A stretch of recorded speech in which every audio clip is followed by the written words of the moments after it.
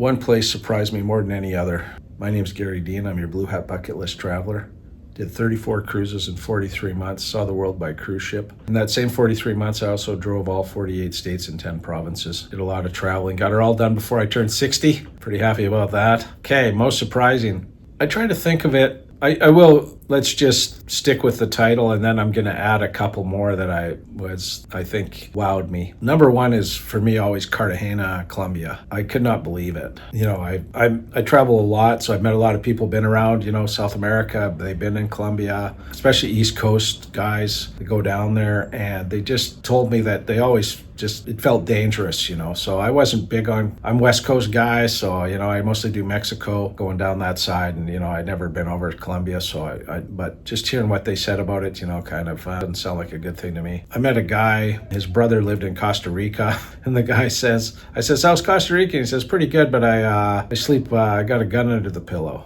Okay, well, you know, that's not how I want to live. So that's Central America for him. But yeah, there's pockets always of safety and whatnot. But Cartagena, so I was on the cruise ship, never been Colombia, before I started cruising, I'd never been anywhere really. Las Vegas, you know, Los Angeles, bit of West Coast stuff. Never been too much stuff. And then I ended up, you know, working and building a business in the Philippines. So that started my travel then. Then I was an international traveler. But I'm on this cruise ship in December 2022. And I went from Los Angeles to Miami, Panama Canal. Exciting. Super Bowl on the NCL Bliss, big ship. Got the go-kart on top. It was fabulous. We, I guess Colombia. So it's before we even did the Panama Canal coming from Los Angeles. Pretty sure we came, you know, over there and then went up through Panama and out. But yeah, I wake up and okay, you know, Colombia tomorrow, and I'm like, okay, whatever. I know it's going to be coastal, so hopefully there's a good beach. We pull up. I wake up and I'm looking out of the, you know, cruise ship. It's just wow, like beautiful condos and high rises,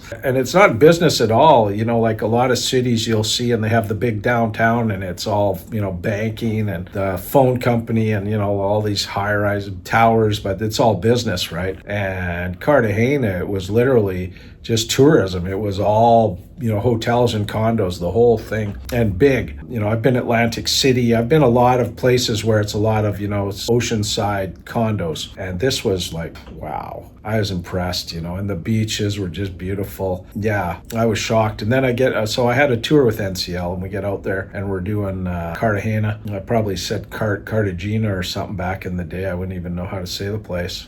And Colombia, it's got the two O's, right? Not like how we would spell British Columbia. It's Colombia. The tour was, yeah, just buildings after buildings after buildings of beautiful condos and hotels. You know, the architecture was wow. The whole thing was amazing. I imagine being a tourist, I just see that strip. You know, if you were to go 5 miles off of there, I'm sure you would see poverty and wouldn't be anything like what I saw. So that's tourism kind of blinds you to that. Sometimes it's right in that area, you know, they can't hide it, but a lot of times it's pushed out. So, but then we were, you know, the funny story of that is we were driving by on this tour, and some of the most beautiful condos, they were like, yeah, those used to be Pablo Escobar. He owned those, and they seized them when that all came down, and he was the big narco guy. Pablo was, I think, one of the first and one of the big ones, right? So, but with that, you know, kind of action comes a lot of danger. You know, that's what makes a lot of that whole South America region can be a little bit dangerous due to that trade, you know, what they're up to, you know, and so that's the money that probably built a lot of Cartagena, right? And all good, you know, the tourists go there for sure. I've had buddies that have been to Colombia, and they've been to Cartagena. So I've been there twice. I've also been to Santa Marta, Colombia,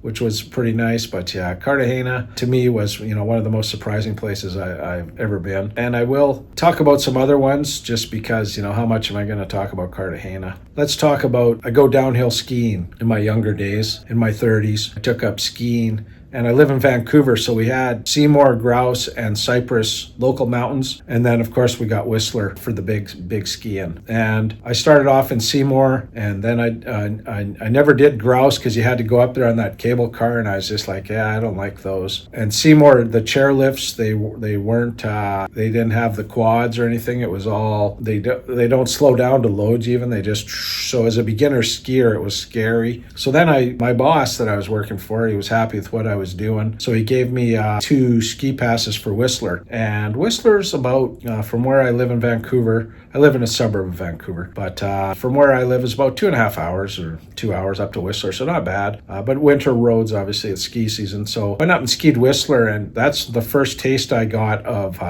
the quads. You know, they slow down to load you. Everything's, you know, peaceful and calm, and it's not like hurry of the ones near the city. This is out a ways, so more expensive too, so it thins out the people, and the runs are huge. It was just an amazing day, you know, do a long day of skiing and then drive home. And while I was up there, some guy said, have you tried Cypress Mountain for skiing? And I'm like, no. And he says it's like a mini Whistler. It's got the beautiful city views, and if you go at night after 7 p.m. it's like half price. And there's hardly anybody there. Everybody goes during the day. They don't like to be up in the mountain at night. So I'm like, oh, wow, okay. So I was married then, and my wife was skiing with me. I said, let's go try Cypress. When? I said, well, it's night skiing, so we can go after work even. And she's like, well, kind of. She didn't want to. She'd rather rest or, you know, get ready for work. She says, oh, okay, we'll go up there and have a look. And, you know, I said, yeah, if you don't like it, just there's a lodge. You can have hot chocolate and marshmallows and just, you know, wait for me, and I'll ski for an hour and we'll go. So we get up there, and yeah, it's empty. And they got the quads. They got the